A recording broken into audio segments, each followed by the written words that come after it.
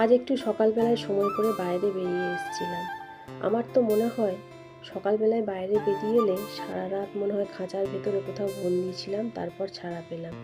তো এত সুন্দর বাইরের পরিবেশটা লাগে, ঠান্ডা ঠান্ডা বাতাস দেয়, চারিদিকটা পাখি ডাকে, কি দারুণ লাগে। তো অনেকটা সময় বাইরে ছিলাম, তারপর ঘরে এসে বিছানাপত্র পরিষ্কার করলাম। এই চাদরটা ছিল আমার বিয়ের চাদর, অনেক ভারী, তাই এখন গায়ে ঢাকা নেওয়ার জন্য বের করেছি। এমনিতে ব্যবহার করা হয় না। তো সকালে একটু একটু ঠান্ডা লাগছে, এখনও মাঝে মাঝেই তো ঝড় বৃষ্টি হচ্ছে। তো সকালে জল ধরা কমপ্লিট প্রায়।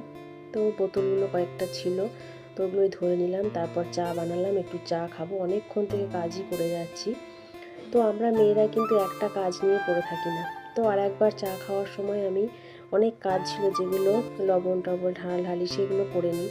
কারণ একসাথে অনেকগুলো কাজ না সারলে আবার বাইরের কাজকেও তো যেতে হয়, অনেক কাজ থাকে বাইরে যেগুলো সময় হয়ে ওঠে না। তাই ভেবেছি আজ সকাল সকাল রান্নাটা করে নেব, তারপর বাইরে অনেকগুলো কাজ আছে সেইগুলো করে আসবো। তো আজকে রান্নাটা সকালেই বসিয়ে দিয়েছি।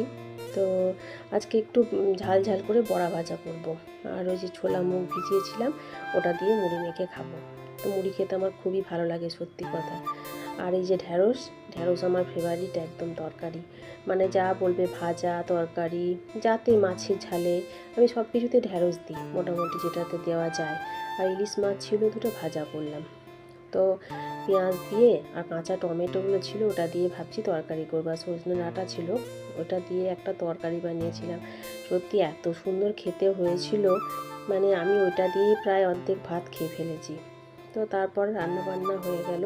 তো মেয়ের চোখের ড্রপটা ছিল আর চোখের চশমাটা করাতে দিয়েছিলাম, সেটাই আনতে যাচ্ছি। তো ভিডিওটা আজকে রাখছি।